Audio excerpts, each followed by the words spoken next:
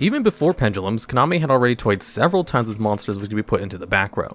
And in this video, we're going to be going over some of the best examples of this unusual mechanic in Yu-Gi-Oh! Starting us off at number 10, we have Armory Arm, which is a level 4 light machine synchro monster with 1800 attack and 1200 defense, requiring one tuner and one or more non-tuners as its materials. And once per turn, you can choose to either equip Armory Arm to a monster in the field or special summon it into attack position. And as an equip spell, the monster gains 1000 attack, and if it destroys the monster by battle and sends it to the graveyard, you inflict damage to your opponent equal to the destroyed monster's original attack. Armory Arm was one of the first synchro monsters to be released in the game, and it had an undeniable impact on those early Yu-Gi-Oh! Formats. This card was the only generic level 4 synchro available for a while, making it a staple in every deck that had low-level tuners.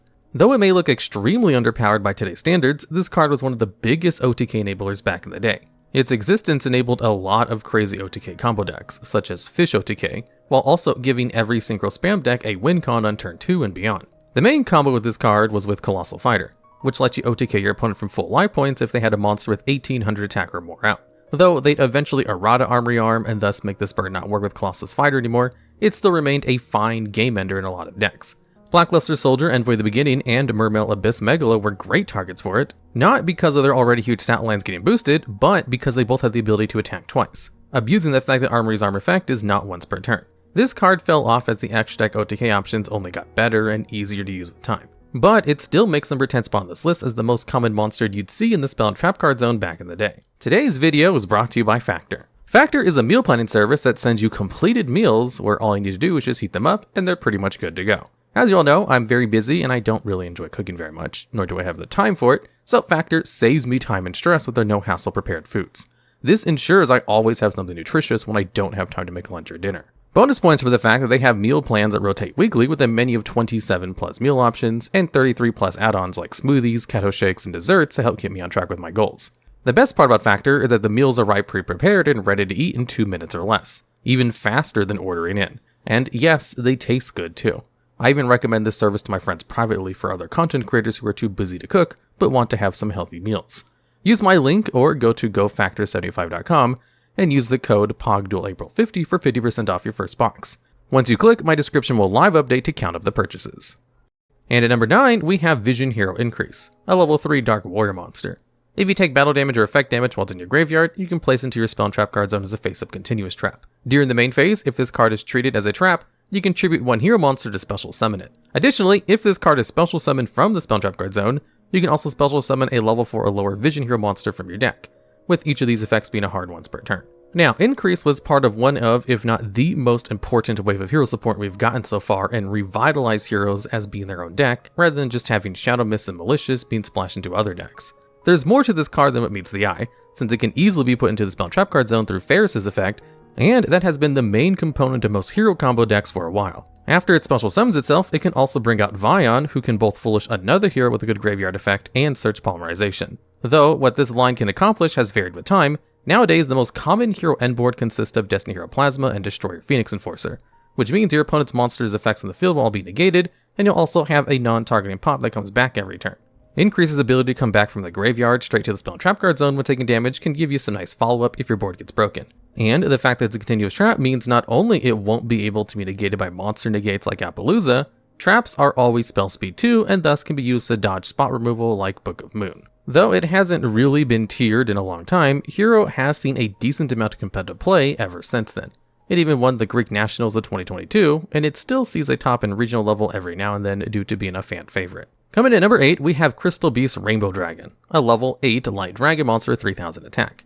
If this face-up card is destroyed while in the monster zone, instead of being sent to the graveyard, you can place it face-up in your spell and trap card zone as a continuous spell. When a Crystal Beast monster is involved in attack, you can special summon this card from your hand.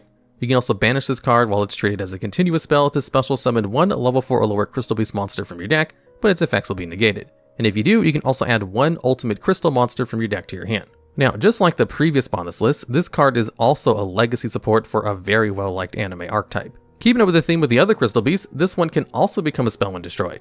Though it's a first in that it's the only card that actually does anything well in the back row. This card is usually put into the field through Crystal Beast Sapphire Pegasus effect, and it can then banish itself to give you another Crystal Beast body and search Rainbow Dragon, which you would need in your hand to activate Awakening of the Crystal Ultimates, one of the deck's strongest cards.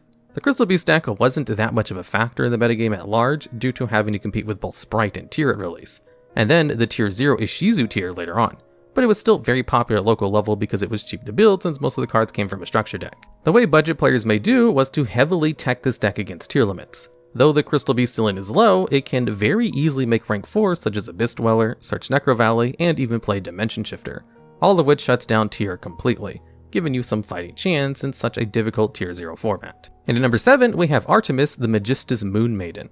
This is a Link 1 level 1 light spellcaster that requires a level 4 or lower spellcaster monster as its material. If another Magistus monster is normal or special, while you control this card, you can target one of those monsters and equip it to it. While this card is equipped to a monster, you can add a Magistus monster from your deck to your hand. And its effects are both hard once per turn, and it can only be special summoned once per turn. Artemis is an incredibly powerful archetypal Link 1. Seen lots of play, even though its own archetype, the Magistus, has flopped almost completely. On release, this card was big for the Invoke Shadow strategy, as it lets you link off your Alistair to send to the graveyard while also putting a light monster on the field at the same time, which meant your invocation could now go straight for Mechaba. You could already get more or less the same effect by linking Alistair into Almirage and into Secure Gardna. However, this card not only allowed you to save on extra deck slots, it also let you transform your small Shadows into light monsters for constructs too. Though this was its main home for a long time, and though it would fall off as Alistair went out of the game, it eventually found itself seeing play again in Exosisters. This is because they began tagging in Zorua, the Magistus of Flame, as a great starter and extender. Zorua can equip a Magistus monster from your extra deck to itself, and when it becomes equipped with one, you can then special summon a spellcaster from your hand or grave. This lets you easily put out 2 level 4s to summon archetypal Xyzs while also giving you Celine's effect to search another Zorua as follow-up. It may not be seeing any play right now, but it's only a matter of time until a spellcaster deck comes again into the meta, and this card becomes a staple once again. And at number 6, we have Whitebeard, the Plunder Patroll Helm. This is a level 4 water fiend tuner monster with 1500 attack and 1000 defense, with 2 effects. First, during your opponent's turn, it can special summon 1 Plunder Patrol monster from your extra deck with the same attribute as a monster your opponent controls or is in the graveyard, and then equip itself to that monster. All of this as a quick effect. Second, if this card is sent from the hand or monster zone to the graveyard, special summon 1 Plunder Patrol monster from your deck, but it locks into Plunder Patrols for the rest of the turn. Whitebeard is one of the most important pieces of its archetype, a TCG original which did a little at launch but only got better with further ways of support. The main gimmick of the Plunder Patrol is that their extra deck monsters can be cheated out as long as your opponent has the matching monster's attribute available. These then have upgraded versions of their effects while equipped with a Plunder Patrol card, giving you an incentive to bring them out through the effects like Whitebeard's instead of hard making them.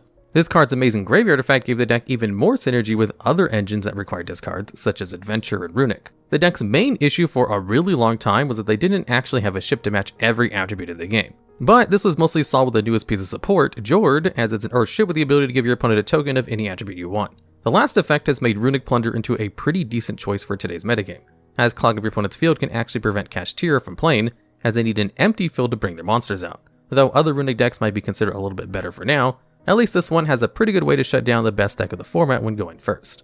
And at number 5, we have Inzektor Dragonfly, a level 3 dark insect monster. Once per turn, you can equip an Inzektor monster from your hand or graveyard to this card. Also, if a card that is equipped to Dragonfly is sent to your graveyard, you can special summon another Inzektor monster from your deck. And last, while this card is equipped to a monster, that monster's level is equipped by 3. Inzektors were a big part of the 2012's metagame, being part of the triangle meta that included Self, Dino Rabbit, and Windups. Though other decks also had some busted tools for the time, none of them had the ability to combo while removing your opponent's field like Inzektor did. This is because of how Dragonfly interacted with Hornet, another Inzektor which can send itself once equipped to pop a card. This will let you trigger Dragonfly's effect to summon another monster from the deck, usually Centipede, which can then reuse that Hornet from the graveyard to pop another card and get a search. Since none of the cards are hard once per turns, with an extender or two you get to pop your opponent's whole field while getting a lot of searches and field presence in the process. Often, the biggest limiting factor was how many cards your opponent had, as if their field was empty, you'd have to start using Hornet to pop your own to continue comboing. This quirk of the deck actually made Exodia into a powerful contender to that year's World Championship. Due to the unique Worlds ban list, neither Windup or Dino Rabbit were available there, making Inzektor the best option by far. However, Exodia could deal with this strategy by just using all their traps early and passing on an empty field. This deck relied on draw cards such as Hope for Escape and Reckless Greed, as well as defensive ones like Waboku and Threatening Roar to make sure you wouldn't just die. Even when this deck specifically tailored to beat it, Inzektor still managed to get first place in that year's World Championship, speaking volumes to how powerful Dragonfly was for 2012 standards. And coming in at number 4, we have Buster Drake. This is a level 4 Light Machine Union monster, packing the usual union effects that let you either equip it to a Light Machine monster or unequip it to special summon it once per turn. While a monster is equipped with this card, it becomes unaffected by opponent's spell effects, and it can also destroy the equipped card to protect itself from one destruction. This card's last effect happens when it's sent from the field to the graveyard and lets you add any union monster from your deck to your hand. The 3 ABC pieces could all share the spot due to being the one time an actual union strategy was viable. The original mechanic, which turned monsters into spells way before Pendulums did. Though A Assault Cord is unique in that it was the only one to ever be on the ban list since it was part of the FTK, and C is great for field presence, B is the only one guaranteed to give you a +1 each time it leaves the field, while also having the better protection effect. A quick rundown of how the deck is supposed to work is that when you get the 3 pieces either on the field or in the graveyard, you banish them to bring out ABC Dragon Buster, an amazing boss with a quick effect banish and an ability to tag back out into its materials. Though the pieces don't do anything by themselves, their amazing support field spell, Union Hanger, can get you 2 pieces in rotation by itself, at which point you just need to field 1 more to go into ABC. With a good hand, you end up with B equipped to ABC, which makes you immune to the likes of Dark Ruler No More and Forbidden Chalice.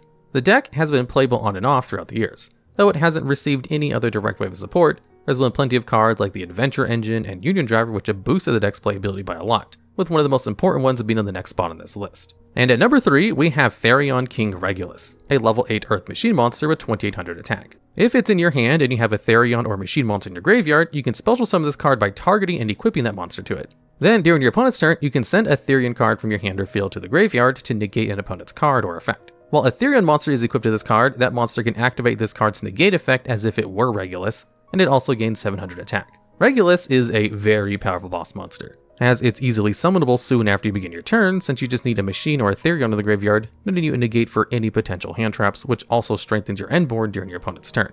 This card has a lot of synergy with the previously mentioned ABC strategies, because the equipped pieces can then use their effects to special summon themselves, allowing you to use their non-once per turn graveyard effects even more times in a single turn. Regulus was arguably at its best in the Punk Therion decks of last year. These aim to mill a lot of cards with Chaos Ruler and the Zombie Vampire to turn on all your Therions. Since you can get the Regulus negate by either and have it in your hand or graveyard, this gave you a huge chance at getting its negate up through either way. Though this strategy fell off due to a lot of its enablers being put on the ban list, Regulus itself has only become more splashable as of late. The release of Gigantic Champion Sargass, which is accessible off of any level 4s or level 8s, can both search Regulus and gives you a machine for it. This engine has seen some play in rank 4 strategies such as Trap Tricks, and it's unlikely to leave the metagame anytime soon. And at number 2, we have Dragon Buster Destruction Sword. As a level 1 Dragon Tuner monster, you can equip this card to a Buster Blade you control by targeting it from your hand or field. While equipped, your opponent can't special summon monsters from the extra deck. Despite being a domain lock off of a single card, Dragon Buster saw no play for ages due to be completely restricted to the Buster Blade archetype, which despite having a couple of other oppressive floodgates in its arsenal, barely even attained rogue status. However, this monster would go on to become one of the most obnoxious cards to beat with the release of Union Carrier. This card can equip a Dragon Buster from your deck to any monster you control which is either a dragon or a dark, bypassing its equip restriction but still preventing your opponent from going into the extra deck nonetheless. This was done in both Adamantipator and in Dragon Link, both of which opted one to equip this to the same card, Borreload Savage Dragon, which would have a negate to protect the floodgate as well. The absolute worst part is that since it's still treated as a spell card while equipped, it wasn't enough to draw into the usual anti-combo tools such as Forbidden Droplet and Dark Ruler No More. You'd need to see a second side deck card like a Lightning Storm to actually be able to play. The power of this combo, coupled with the fact that Konami played it really lightly with the ban list while it was around due to there being no real live events happening, helped to create some of the most unbearable formats we've had in Yu-Gi-Oh! Dragon Buster would eventually get banned due to Union Carrier being too new of a card to be put on the ban list. But as more and more broken applications for Carrier showed up, they eventually made the switch. Though you can still equip this card through other means, such as with DMZ Dragon, it's just clunky enough to make sure Dragon Buster won't ever see play outside of its own pet deck ever again. And finally at number 1, we have Artifact Scythe, a level 5 fairy monster with 2200 attack. You can choose to set it from your hand into your spell trap card zone as a spell card. Then, during your opponent's turn, if this card in your spell trap card zone is destroyed and sent to your graveyard, you can special summon it. And if you special summon Scythe during your opponent's turn, they won't be able to special summon monsters from the extra deck for the rest of that turn. So, just like the previous spot, Scythe is a very powerful and hard to interact with Floodgate. This card actually started out as one of the least used artifact monsters, as though it was great for tempo and skipping over a combo deck's turn, the game was much slower back then, and thus it was better to just go for Moral Touch, which is a +1. However, this trait of being a one-turn lingering floodgate would soon become much more desirable than it would ever be. By 2017, Scythe had established itself as one of the most popular go-in-first packages together with Artifact Sanctum, which brings out from the deck during your opponent's turn for free. Scythe activates on summon, and then if the effect resolves, your opponent is locked for the turn, which means you either have to have Ash Blossom for the Sanctum or something like Forbidden Chalice for the Scythe, or you're getting turn skipped. However, if your opponent has a negate to back it up, the game might as well be over. The only thing which held this card back was the existence of so many other broken go-in-first options in the side. though soon enough Konami would release a reason for people to play it a lot in the main. Artifact Dagda is a legacy support for artifacts, being a generic link 2 which can set an artifact straight from the deck. This led to many decks adopting the Scythe lock as their main end board, as all you needed was a way to go into a link 2 and some quick effect pops during your opponent's turn, which was overwhelmingly powerful for how low an investment it required. This led many people to clamor for either Scythe or Dagda to get banned ever since the package became a thing. Scythe did end up getting itself on the forbidden list, even if it might have taken way more formats than it should have. But the impact it's had on Yu-Gi-Oh! Makes it undeniably the best monster that could ever be found in your back row. Alright, and that's the list. If you happen to know of any other cards we may have missed, or have any ideas for future videos just like this one, please let us know down in the comments below.